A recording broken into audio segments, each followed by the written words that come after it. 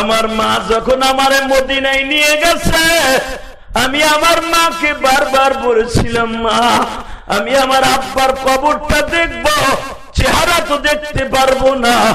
বাবা কতটুকু লম্বা ছিল, আমি একটু বাবাকে আন্দাজ করবো, আমার আব্বা এতটুকু লম্বা ছিল। আমি না বলে, বাপ আমি কোনোদিন তোর বাপ মরার পরে কবরটা দেখতে যাই নাই, কারণ আমি জানি তোর বাপের কবর দেখতে গেলে আমি ফিরে আসবো না। যখন তুই অরুণাই বিনয় করছস, চল আমি তোর লয়ে যাই। নবীরা আশিক কয়জন আছে? ওয়াইজের মা, আমার মায়ের সাথে আমি 6 বছর বয়সে বাবার কবর দেখতে গেছিলাম। আমার মা আবারে 25 গজ দূরের থেকে বলে, ওয়াইজ রে ওইখানে তোর আব্বা শুয়ে আছে, যা আব্বা কইয়া ডাক দে, দেখ তোর ডাকে সাড়া দেয় নাই। জোরে জোরে জোরে জোরে বাজার যারা আব্বা হারায় ফেলছেন, বাবার কবরের কাছে কত যে কাঁদলেন, আজ পর্যন্ত বাবারে পাইলেন না। আবার নবী 6 বছরের নবী আবার বাবার কবরের পাশে যাইয়া মাথার কাছে যে ডাকে, আব্বা এইদিকে বলে, তোমার মাথাটা শুয়ে আছে, আমি তোমার মুহাম্মদ জন্মের পরের থেকে কাউকে আব্বা বলে ডাকি নাই, তুমি যদি একটু কবর থেকে উঠতে গো আব্বা, আমি তোমার কবরে অন্তত 1 মিনিটের জন্য উঠতাম। বাবা এইভাবে ডাকে, কোন সারা শব্দ নাই। এরপরে আমার নবী 2টা বাবার কবরের কাছে গেড়ে দিয়ে, বাবা কবরের মাটির দ্বারে থাবা দিয়ে ধরিয়া বলে, বাবা বাবা। মক্কা মদিনার কত ভাইরা তার বাপ। এদেরকে আপনারা আমার যতটুকু বড় করে 1 মাসে, নবীদেরকে আল্লাহ 1 দিনে তত বড় করতেন। হ্যাঁ সুবহানাল্লাহ, বোর কোলের মধ্যে যে কই বেটা, এটা কি আমার কথা না কোরআনের কথা? আবার আমি বলছি, মারিয়ামকে, নবীকে এবং সারা দুনিয়ার নবীদেরকে আল্লাহ 1 দিনে যত বড় করতেন, 1 রাতে আপনার আমার 1 মাস লাগতো ততটুকু বড় হইতে। হিসাব করেন আপনি, 6 বছর বয়সে আমার নবীর কেমন মনে হইতো? এত বড় একটা নবী, আমার লম্বা চেহারা, পূর্ণিমার চাঁদ ফেল, আমার নবীরে ঘাড়ে নিছে আমেনা, ঘাড়ে নিয়ে আমেনা হাঁপাইতেছে।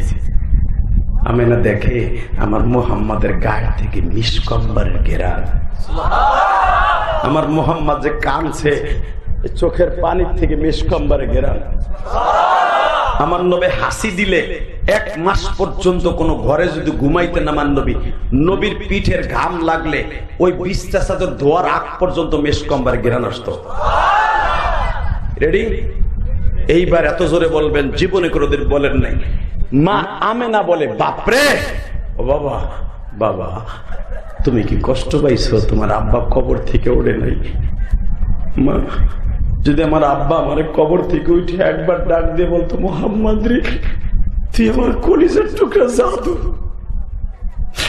বা পৃথিবীতে আমার আর কোনো কষ্ট থাকতো না।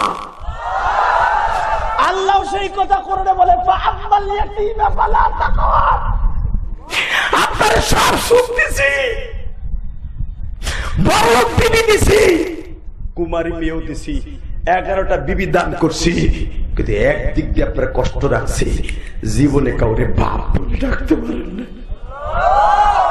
মা বইলে তৃপ্তি মেটে নাই, এখন কানবেন। এ মুসলমান ভাইরা, নবী আমার রাত 12টা বাজে, হঠাৎ করে মা বলতেছে, মা মুহাম্মদ, মা মুহাম্মদ, মা উম্মে আইমান, মারহাবা বলেন, উম্মে আইমান, ও উম্মে আইমান, ভাবি ভাবি আপনার কি হয়েছে? আমার চলে যাওয়ার টাইম হয়ে গেছে, তোমরা তো ঘুমাইতেছো বোন, আমার মুহাম্মদ আমার পাশে ঘুমায়, আমার চোখের সামনে এমন একজনকে দেখতেছি, তারে দেখলে বলে আর কোনোদিন সন্তান মা করে ডাকতে পারে না। উম্মে আইমান দাসী নবীর পালক মা, মারহাবা বলেন আরো জোরে। আমার নবীর মা 3 জন, কয়জন? 1 নম্বরে হলো জন্মদাত্রী মা আমেনা, দুধ মা হালিমা, পালক মা উম্মে আইমান। মারহাবা বললেন না? উম্মে আইমান, জি ভাবি, তোমার আমি সাথে আনছিলাম কেন জানো? কেন? মোহাম্মদের বাবার কবর দেখতে আমি মক্কায় ফিরে যাবো না, এটা আমি জানি। তুমি আমার মোহাম্মদের তার দাদার কাছে পৌঁছে দিয়ে বলবা তার দাদার সাথে আমার আর কোনোদিন দেখা হইল না। আমার শিমুলিয়ার বাইরে আমি দেখবো এখন কার চোখে মায়ের জন্য এক ফোঁটা পানি। এই যে আমার বাম পাশে দেখতেছে আমার যুবক বাইরা কান্দে,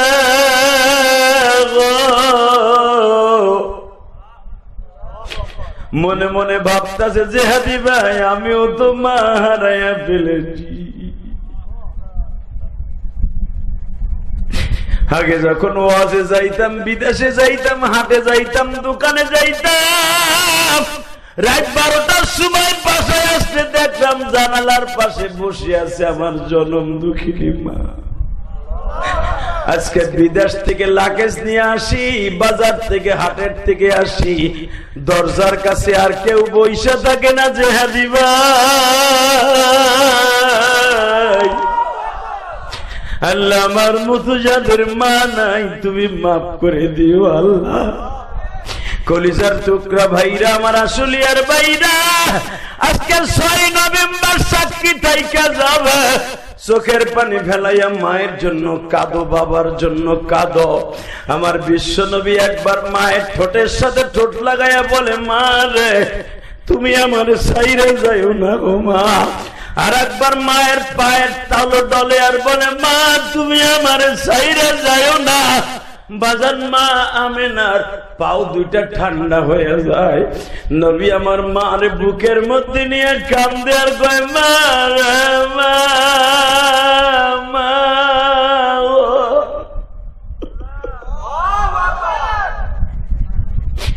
তুমি যদি আমারে রাইখা যাও গো মা, কে আমারে গোসল করায় দিবে, খাওয়ায় দিবে?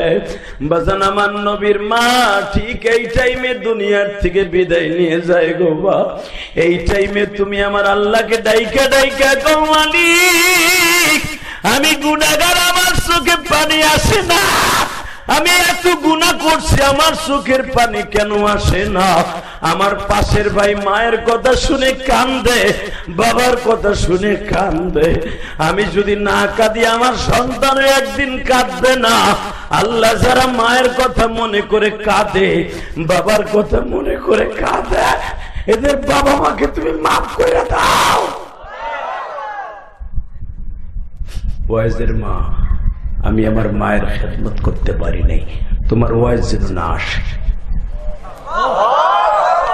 কিয়ামতের মাঠে ওয়াইজের সাথে যখন নবীর দেখা হবে, এবার আওয়াজ দিস যুবক, নবীর সাথে যখন দেখা হবে আমার বিশ্ব নবীকে ওয়াইজ দেখে একটা তাকবীরের আওয়াজ দিয়ে বলবে, হ্যাঁ আমি আল্লাহর কাছে জানতে চাই, সমস্ত নবীর গাল ভরা দাঁত দেখতেছি, আমার নবীর দাঁত নাই কেন? জোরে জোরে জোরে জোরে জোরে ওলামা একটা নবীর ভাঙা দাঁত গুলো আপনি কিয়ামতের মাঠে দেখতে পারবেন। কারণ আমার আল্লাহ ঠিক এইরকম একটা ওয়াজের আয়োজন করবে রোজে মাহশারে। আরো জোরে বলেন। ওই ওয়াজের ময়দানে প্রধান বক্তা থাকবে আমার নবী, সভাপতি থাকবে আমার আল্লাহ, বিশেষ বক্তা থাকবে দাউদ নবী, প্রধান বক্তা থাকবে আমার নবী, বিশেষ বক্তা থাকবে আদম নবী, ঈসা নবী থেকে নিয়ে দুনিয়া সব নবী ডাইনে বামে, আল্লাহর ডাইনে বামে বসা থাকবে। আওয়াজ দিও কমিটির ভাইরা, আমার আল্লাহ এক এক করে নাম বলবে, আজকে বক্তব্য দিবে দাউদ নবী। বক্তব্য শুনিয়া 1-2 বছর না, হাজার হাজার বছর আপনার আমি বেহুশ হয়ে যাব, আবার হুশ ফিরে আসবে। কারণ আর তো লা ইয়ামুতু ওয়ালা ইয়াহইয়া, আর মরণও নাই জীবিতও নাই। আল্লাহ খেলা খেলবেন মাঝে মাঝে এরকম ওয়াজ দিয়ে, যেরকম মারহাবা। জীবনের প্রথম ওয়াজ, হাজার হাজার বছর পর্যন্ত আপনার আমি বেহুশ হয়ে থাকবো। 1000 বছর পরে আল্লাহ বলবেন, এই বিশেষ বক্তার ওয়াজ শুনে বেহুশ হয়ে রইল, প্রধান বক্তার ওয়াজ শুনবে না? আসলে আপনাকে কষ্ট হয়ে গেছে। আহেন মুনাজাত করে আল্লাহুম্মা আমিন। রেডি রেডি আওয়াজ হবে এবার। বিশেষ বক্তার ওয়াজ শুনে বেহুশ হয়ে রইলা, প্রধান বক্তার ওয়াজ শুনবে না। সমস্ত মানুষ আল্লাহ অন্তত এই শিমুলিয়া যারা আমার নবীর কথা শুনে যারা এখন কাঁদবে, একটা চেয়ার তাদের জন্য বরাদ্দ করবে, স্বর্ণের চেয়ার। আমার আল্লাহ একত পাথরের চেয়ার, জামরুদ পাথরের নবীদের চেয়ার, আপনার আমার স্বর্ণের চেয়ার। ও কলিজার ভাইরা আমার, আলেমরা থাকবে সামনে, আপনার মসজিদের ইমামও থাকবে সামনে। আপনি ইমামকে ভালোবেসেছিলেন, তার মুক্তাদি ছিলেন, আপনি থাকবেন ইমামের পিছনে। আল্লাহ কোরআনে বলে ইয়াউমা নাদউ কুল্লা উনাসিন বিইমামিহিম, যেই মসজিদের ইমামের পিছনে ইত্তেবা করছেন ওই মসজিদের মুসল্লিদেরকে নিয়ে এক জায়গায় বসবে আপনার ইমাম। এখন আপনি সিদ্ধান্ত নেন কার ইমাম বানাবেন ভোট দিয়া। লিল্লাহে তাকবীর, লিল্লাহে তাকবীর। কষ্ট হয় 2 মিনিট। হে ভাই, যে দাদা ভাই, হুন হুন যাই ইটু সাইফে সুইফে থাও। মাঝখান থেকে গেলে কেমন দেখা যায়? আল্লাহ আমারে বাইরে তুমি অলি বানায় দাও, তার সন্তান আলেম বানায় দাও। লিল্লাহে তাকবীর। এই মুসলমানের পোলার দিকে তাকাও। আল্লাহ যখন বলবে প্রধান বক্তার ওয়াজ শুনবা না, বিশেষ বক্তার ওয়াজ শুনে বেহুশি পড়ে রইলি বেড়া। আল্লাহ প্রধান বক্তার ওয়াজ শুনবো পরাণ ভরে, তবে শর্ত একটা, প্রধান বক্তা ওয়াজ করার সময় তোমার জবানের ওয়াজও কিন্তু শুনবো। আমার দিকে তাকান। আমার নবী প্রধান বক্তা ওয়াজ করবেন কোরআন শরীফ থেকে। নবী যখন বলবেন বিসমিল্লাহির রহমানির রহিম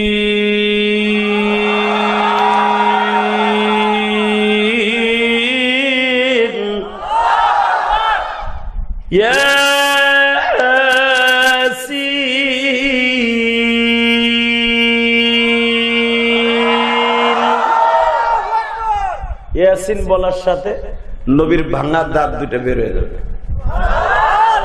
কারণ এই দাঁত দুইটা বাধাই দেওয়ার জন্য জামরুদ পাথর দিয়ে আমার নবীকে ওহিদ পাহাড় থেকে আসার পরে কতবার আল্লাহ টেন্ডার দিছে, আমার নবী নেয় নাই। এই প্রচন্ড গরমের মধ্যে আমি দেখবো নবী প্রেমিক কয়জন আছে। যখনই দাঁত দুইটা বেড়ে দেবে, ঠিক এই পাগল ওয়াজ করুনি লাভ দিয়ে দাঁড়ায় মাহফিলের মাঝখান দিয়ে সর্বপ্রথম বলবে, সব নবী ওয়াজ করলো, সবার গাল ভরা দাঁত, তোমার নবীর দাঁত কই? জবাব স্তব্ধ হয়ে যাবে। সঙ্গে সঙ্গে আপনার আমি বলবো, আল্লাহ আমরা শুনেছি ইলিয়াস রহমান জিহাদির মুখে ইবনে কুমাই আমার নবীকে বল্লমের আঘাত দিয়ে যখন দাঁত দুইটা ভেঙে দেয়, নবী আমার গালটা চেপে ধরে বলতেছিল, এই জাতির কেমনে কল্যাণ হয় যে জাতি তার নবীর দাঁত ভেঙে দিল। কলিজার ভাইরা আমার, আমি আপনাদের দুইটা পাও ধরে বলে দিয়ে যাই, আমার নবী কিন্তু দাঁত দুইটা বাবা দুনিয়ার থেকে রাইখে গেছে। এ কলিজার ভাইরা রে, তবু আমার নবী কোনদিন উহুদের মাঠে ক্ষমতার দাপট দেখাইয়া ইবনে কুমাইয়ার বংশকে নির্বংশ করে দেয় নাই। আমি শুধু আপনাদের কাছে একটা ওয়াদা চাই, যেই নবী প্রতিশোধ পাওয়ার পরও প্রতিশোধ নিলেন না, আমার ওই নবীর যদি বাংলার জমিনে কেউ গালি দেয়, ওরে আস্থা রাখবো না। রাজি আছি না নাই? রাজি আছো? আল্লাহকে একবার হাত উঁচু করে দেখায় দাও। আল্লাহ কবুল করেন। নবীর ভালোবাসা পেতে হলে 3টা কাজ করতে হবে। আমার দিকটা কানে কানে 5 ওয়াক্ত নামাজ পড়তে হবে। হাত দুটো উঠান, কে কে 5 ওয়াক্ত নামাজ পড়বেন? এই জুমার রাত আদা করেন। কলিজার টুকরা ভাই, আমি জানি এখানে 3 থালার মানুষ আছে। 1 নম্বরে সাভার আশুলিয়া, 2 নম্বরে ধামরাই, 3 নম্বরে কালিয়াকোট। এই জায়গাটা এমন একটা জায়গা, 3 থানার মানুষ এখানে। কথা বল না কেন? কিয়ামতের মাঠে যদি একটা লোককে মাফ করে, আল্লাহ যেন তার ওসিলা আমাকে মাফ করে, এই মসজিদ কমিটিকে মাফ করে। আমার সাথে ওয়াদা দেন তো, মুনাজাত করার আগে কেউ ময়দান ছেড়ে যাবেন না। হাত তুলেন তো। মুনাজাত না শেষ হওয়া পর্যন্ত কেউ যাবেন না। লিল্লাহে তাকবীর, লিল্লাহে তাকবীর।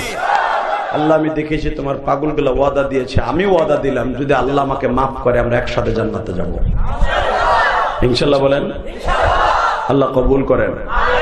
তাকান এদিকে, দুনিয়ায় 1 নাম্বার জান্নাতে ওই ব্যক্তি যাবে যার 5 ওয়াক্ত নামাজ অ্যাকাউন্টে আছে। 2 নাম্বার ওই ব্যক্তি জান্নাতে যাবে যে ব্যক্তির অ্যাকাউন্টে মায়ের দোয়া আছে। ইলিয়াসুর রহমান জিহাদি তার জীবনের সবচাইতে বড় একটা জিনিস আমার অ্যাকাউন্টে জমা, সেটা আমার মায়ের দোয়া। মায়ের দোয়া যার সাথে আছে ওর মতো পৃথিবীতে বড় ওলি কেউ নেই। কথা কন না কেন? জোরে কন। মার চাইতে দরদি কেউ আছে? মার চাইতে যদি কেউ কয় যে আমি তোমার মার চাইতে বেশি ভালোবাসি, মনে করবেন ওটা রাগ করছিনি। কি চাচা ঠিক না? শাশুড়ির মা কষ, মায়ের বুড়ি কষ। ওরে হারামি রে বাপার, শ্বশুর রে বাপ কষ, বাপের বুড়া কষ। তোর কপালে পিসার বাড়ি, জুতার বাড়ি, ঝাড়ুর বাড়ি, 5 টাকার পঞ্চ স্যান্ডেলের বাড়ি। বাপ কথা কর না কেন? পৃথিবীতে সবচাইতে প্রিয় হলো আমার মা, আমার বাবা। মার সাইডে দরদি কেউ আছে? 1 মিনিট একটা ঘটনা শুনাই দেই, বলেন তো আল্লাহু আকবার। আল্লাহু আকবার আর জোরে বলতে হবে। বারবার রিকোয়েস্ট করেছে শোনার জন্য, এই জন্য বলছি। এই ইসলামপুর চাকরি করতো কাপড়ের দোকানে একটা ছেলে, মা টেলিফোন করে বলতেছে, বাবা আমার জন্য 2টা শাড়ি নিয়ে আসিস বাবা। শাড়ি 2টা ছিঁড়ে গেছে, তোর বোনের 2টা স্যান্ডেল ছিঁড়ে গেছে। বলে না অনেকে ঢাকা চাকরি করলে কিনে নিয়ে আসিস। ছেলে কাপড়ের দোকানে চাকরি করে ইসলামপুর সদরঘাটে। মা আমি আগামী মাসের 10 তারিখ বেতন পাইলে তোমার লেগে 2টা কাপড়, বোনের লেগে 2টা স্যান্ডেল, আর ছোট বোনের লেগে 2টা 3 পিস নিয়ে আমনে। মা আব্বার লেগে একটা লুঙ্গি আর পাঞ্জাবি নিয়ে আমনে। মা তুমি দোয়া করো। মা ঠিক আছে বাবা, আসিস বাবা, বেতন পাইয়া এইগুলা কিনে স্যার আমার 2 দিন টাইম দেন, আমি একটু লঞ্চে বাইতে যাবো, আমার বাড়ি শরীয়তপুর। লঞ্চে উঠছে। আপনারা জানেন যেই লঞ্চ ডুবে গিয়েছিল চাঁদপুরের ঠোঁটায়, 350 উপরে যাত্রী ছিল, 360 জন যাত্রী ছিল। বাবা সবাই মারা গিয়েছিল। বাংলাদেশের ইতিহাসে এরকম এত মানুষ একসাথে কোনোদিন মরলে লঞ্চ ডুবিতে। বাজানরে লঞ্চটা যখন চাঁদপুরের ঠোঁটায় গজারিয়ার ব্রিজ শেষ করে চাঁদপুরের ঠোঁটায় পড়লো, মেঘনা নদীর ভিতরে যখন বাবার ঢেউ উঠে গেছে, 3 গাঙ্গের মাঝখানে লঞ্চটা এরকম করে। যুবক বুঝে ফেলছে লঞ্চে পানি উঠতেছে গো, চারিদিকে অন্ধকার, আমার মালিক ছাড়া কেউ নাই বাঁচাইবার। মানুষগুলো অনেকে লাফ দিতে সাহস পায় না গো, লাফ দিলেই তো নিশ্চিত মরণ। কে পিছনে কে? কলিজার টুকরা বাইরা, ওয়াইস করুন যে জীবনে মারে রাইখা কোনদিন নবীরে দেখতে আসে নাই, নবীও তারে দেখতে আসতে দেয় নাই। তার জ্বলন্ত প্রমাণ আমি দিয়ে যাই রে কলিজা। মা কারে কয় রে দেখ। যখনই মার কাছে টেলিফোন করছে তখন পুতা মোবাইল ছিল, অ্যান্ড্রয়েড সবার হাতে থাকতো না ভাই। মার কাছে টেলিফোন করে বলে, মা কাপড় 2টা মনে হয় তোমারে পরিধান করাইতে পারলাম না গো মা, স্যান্ডেল 2টা বুন্ডে দিতে পারলাম না, 3 পিস 2টা দিতে পারলাম না মা, তুমি মাফ করে দিও মা।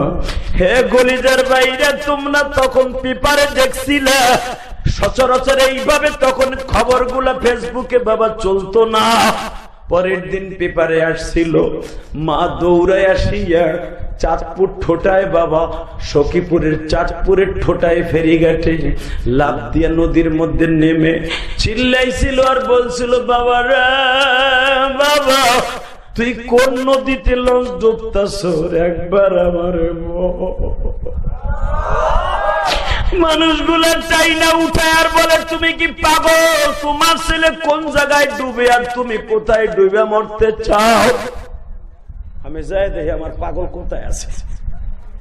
বাজান রে, ঠিক লঞ্চটা ডোবার 1 মিনিট আগে আবার ফোন দিছে, মা বিদায় দাও গো মা, মা দেখা হবে কিয়ামতের ময়দানে।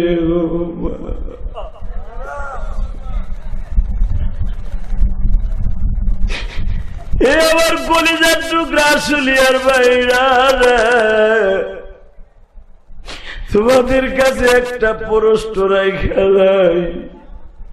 মা যদি টেলিফোনে শুনে আমার সন্তান লঞ্চ ডুবে মারা যাচ্ছে, বাবা পৃথিবীতে যত বড় আবু জেহেলের দিলওয়ালা মা হোক, মা পাগলের মতো দৌড়াবে আর বলবে আমার জাদুর কাছে একটু লয়ে যা। এই গরিবের সন্তান মা একটা লাফ দিয়া নদীতে নামে আবার জনগণটাই না উঠায়, বাবা ঠিকই লঞ্চটা ডুবিয়ে গেল। লঞ্চ ডোবার আগে ঠিকানাটা প্যান্টের পকেটে রাইখা বাবা যখন এই লোকটা মারা গেল, ছেলেটা 3 দিন পরে ডুবারু র্যাব ভাইরা, পুলিশ ভাইরা, শেখ হাসিনার আমলে বাবা যখন লাশগুলা উঠানোচ্ছে লঞ্চের থেকে, কিছু কিছু লস পেট কাইটে বাবা নদীর মধ্যেই ফেলে দিয়েছিল। কিন্তু এই ছেলেটার লাশ যখন উঠানো হইল, ছেলেটার লাশ গোপন করতে পারে নাই বাবা। আর্মিরা আর র্যাবেরা যখন আমার দিকে তাকাও, কাফনের কাপড় 3টা কাফনের কাপড় এক জায়গায় সেলাই করছে, এমন ফুলিয়ে গেছে পানিতে। 5 দিন পরে ইঞ্জিনের কাছ থেকে ছেলেটার লাশটা উঠানো হইল লঞ্চের টিকা। বাবা এইভাবে যখন র্যাব ভাইরা আর্মি ভাইরা কাফনের কাপড় পড়াইয়া সখীপুর নিয়ে গেছিল, বাজান রে 5 দিনের পচা লাশ গন্ধে কেউ যাইতে পারে না গো। কিন্তু একজন মাত্র দরদি, যার নাকে গন্ধ লাগে না, তার নাম হলো জনম দুঃখিনী মা।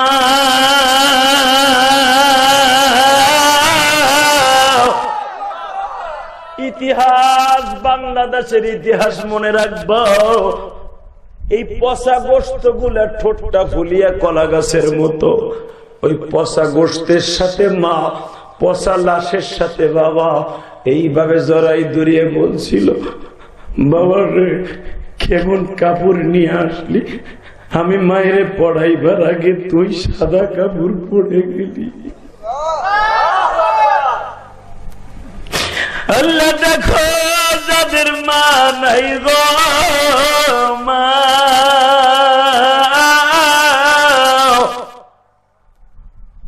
মায়ের চাইতে দরদে কেউ নাই, সব ভাই জানে আল্লাহ। ভাই এই লঞ্চ ডুবার 21 দিনের মাথায় আমি গেছিলাম সখীপুর ওয়াজে। চাঁদপুরের ঠোঁটা দিয়ে নোয়াখালী ওয়াজ করে যখন ফেরিতে গাড়িটা পার করি, এই চোখ দিয়ে দেখছি যেই মায়ের সন্তানটা মারা গেছিল, দেখি আমার ওই মাটা ফেরিঘাটে ল্যাংটা হয়ে নাচতেছে। ওয়াজ কমিটির যুবক আমারে বলে, হুজুর আপনার ওয়াজের লেগে সুবিধে, এই মহিলাকে জানেন কে? এর গায়ে কেউ কাপড় দিতে পারে না। ওই দেখেন একটা পেটিকোট পরা আর একটা ছায়া পড়া, ওরাও মাঝে মাঝে খুলে ফেলে। কেন খুলে?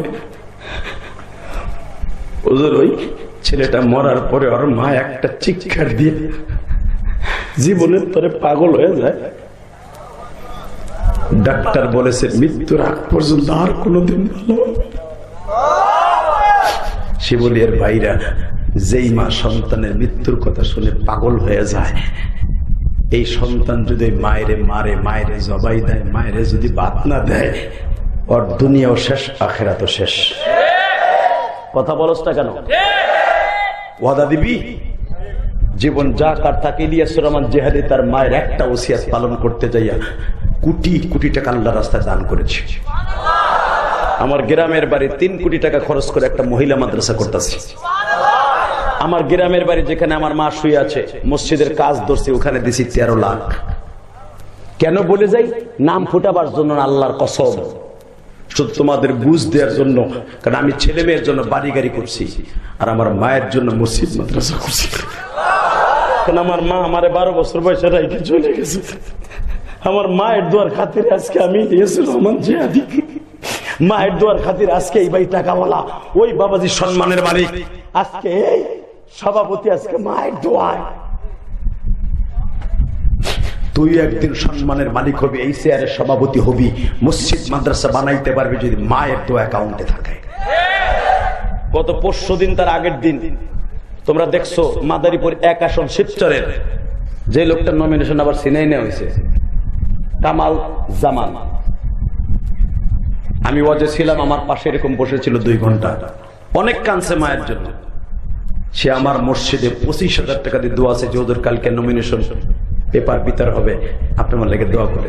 দোয়া করলাম, নমিনেশন পাইলো, বেটা আবার উল্টা পাল্টা কি কইলো, আবার নিয়ে নিয়েছে।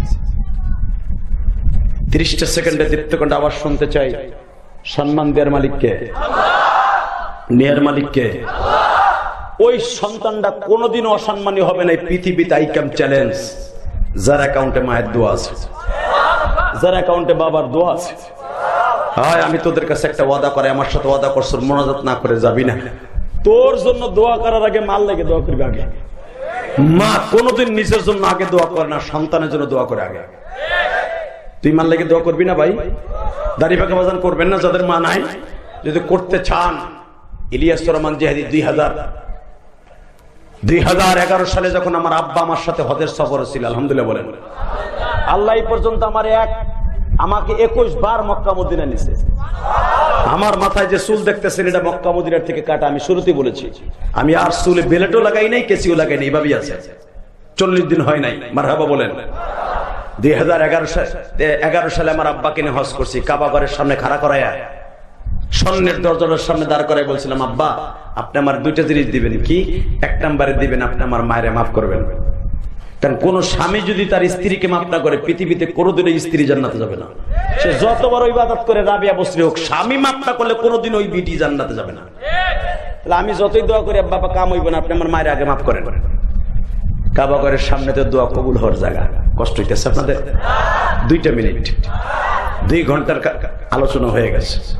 শুধু আমার দিক তাকায় বলবেন, জমিনের মালিক কে? আল্লাহ আছে না? দেখবে এবার মায়ের পাগল বাপের পাগল কয়জন। কত কোটি টাকার মালিক হইতেছে যুবক, বাবার দোয়াটা অ্যাকাউন্টে লয়ে এলো। তোর টাকা খোঁজা লাগবে না, টাকা তোর পিছনে খুঁজবে যেন আমাদের মতো। এই ওয়াজ আমি নাই নিতে চাই নাই, কিন্তু আমি কিন্তু বলছিলাম মনুষ্লাম শরীয়তপুরে, আমি ওখানে যাব না। নেন না, আমার সাথে কথা হয়ে গেছে, নিছি, আসছি। বাংলাদেশের অধিকাংশ জায়গায় আমি যাই না, টাকায় আমারে খুঁজে, আমি টাকারে খুঁজি না।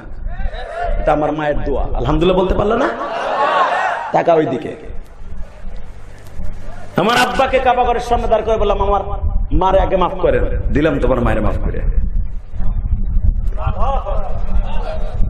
ও আমার মায়ের মাফ করছে, আপনার ভালো লাগলো না? আমি আবার বলছি, আমার আব্বা ডাইরেক্ট বললো, কাবা ঘরের দরজার সামনে, স্বর্ণের দরজার সামনে, কাবা ঘরের স্বর্ণের দরজার মধ্যে 182 কেজি স্বর্ণ আছে। ওই দরজার সামনে ডাইরেক্ট দোয়া কবুল হয়, ওটা দোয়া কবুল হওয়ার স্টেডিয়াম। আমার আব্বা বলো, আল্লাহ আমি ইলিয়াসের মায়ের মাফ করে দিছি, তুমি আর মায়ের মাফ করে দাও। 2 নম্বরে, আব্বা আমি আপনার বুকের সাথে বুক নিয়ে পাও দুটো ধরছি, আপনি আমার কিছু দেন। আমি জানি আমার আব্বা কিছু কইলি এখন কবুল।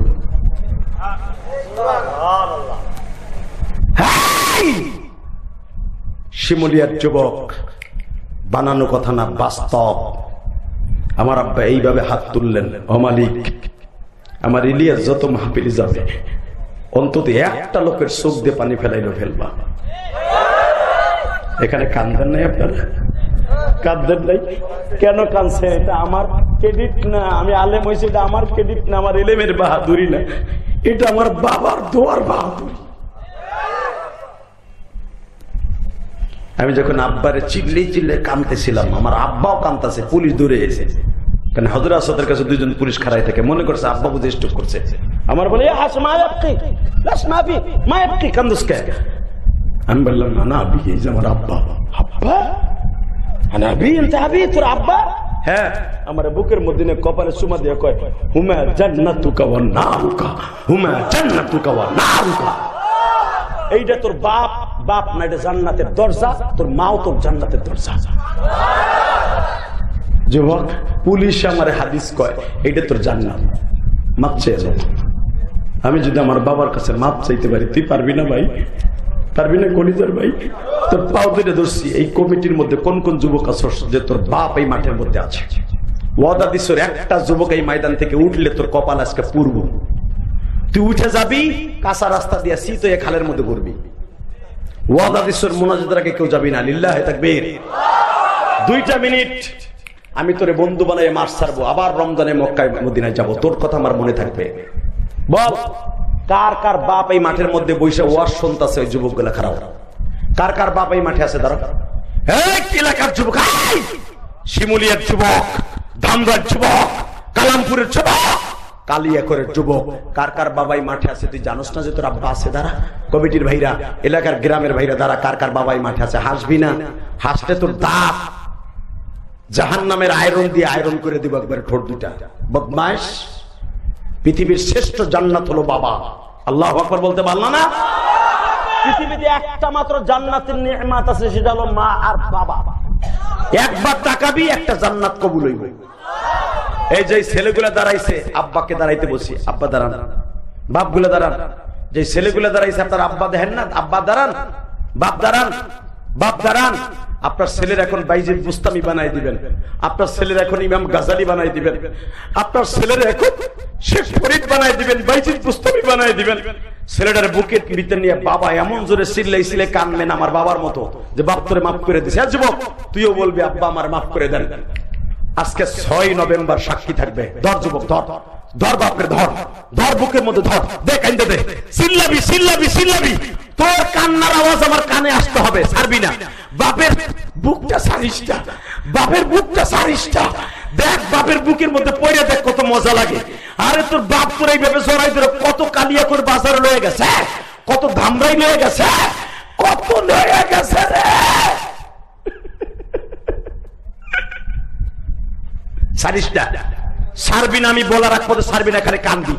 বাপের বুকি নিয়ে কস ফিস ফিস করে আব্বা তুমি আমার মাফ করে দাও না, আব্বা আব্বা তুমি মাফ না করলে বলে আজকে দোয়া কবুল হইব না। আল্লাহ দেখো যুবক গুলো কান্দে গো, যারা বাবারে বুকি নিয়ে কান্দে আর মাপ চায় মালিক। সভাপতির ছেলে হয়তো বাবারে বিশ্রাইতেছে, এই যে দেখো স্টেজে দাঁড়ায় দাঁড়ায় কান্দে। এই যে একটা তালবে আলিম বাবারে বুকে নিয়ে কান্দে, বাবার বুকটা যে কত জান্নাতে। আল্লাহ আজকে 6 নভেম্বর তুমি তাকায়া দেখো 2025 সাল সাক্ষী থাকবে। আল্লাহ যাদের বাপ আছে তারা নাই মাফ চাইবে, যাগো নাই তারা কার কাছে মাফ চাবে? আল্লাহ তারা যে বইয়ে বইয়ে কানবে, তুমি কিন্তু তাদের কান্না তার বাপের কবরে পৌঁছে দিও। আল্লাহ তুমি না কইছো বাবারা সন্তান যখন কান্দে তোমার কলিজাটা ভেদ হয়ে যায়। আল্লাহ যাদের বাপ নাই তাদের বাপকে মাফ করে দাও। আল্লাহ মহিলা প্যান্ডেলে যে সমস্ত মায়ের আছে, মা তোমার মায়ের জড়াই ধরে কান্দো, বোন বোন আছে বোনকে জড়াই ধরে কান্দো, মা নাই। এ চাচা যাদের বাপ নাই তার বড় ভাই আছে না, এক ভাই আর এক ভাই বুকি নিয়ে মাফ চান। আমি কসম করে বলছি, ভাই যদি ভাইরে মাফ করে দেয়, 2 ভাইয়ের চোখের পানিতে আব্বার কবরটা আল্লাহ মাফ করে দিবে। বসে বসে কে কইছে আপনাকে দোয়া কবুল হইব না? এই হাজার হাজার মানুষ কেউ যায় নাই। আজকে মা পিলে জুমার রাত্রে আমার মন কেন জানো বলে জান্নাতের একটা টিকিট হয়ে যাবে। 30টা সেকেন্ডে যাদের মা নাই বাবা নাই ওই দেখ বইয়ে বইয়ে কান্দে, জীবনে কোনোদিন ওয়াজে বইয়ে কান্দে নাই, মনে মনে ভাবে জেহাদি ভাই আমার তো আব্বা নেই, আমি কার কাছে নাম চামু। কালকে জুমার মসজিদে যে বাবার জন্য কাঁদবেন আর দোয়া করবেন ইনশাল্লাহ বলেন, আর বাবার জন্য বেশি বেশি দান করবেন। গতকালকে যেখানে মাহফিল করছি বিশ্বাস করেন প্রধান অতিথি আবার মসজিদে 2000 টাকা দিয়ে এমন কান্দা কানছে, ইটের বাটার মালিক।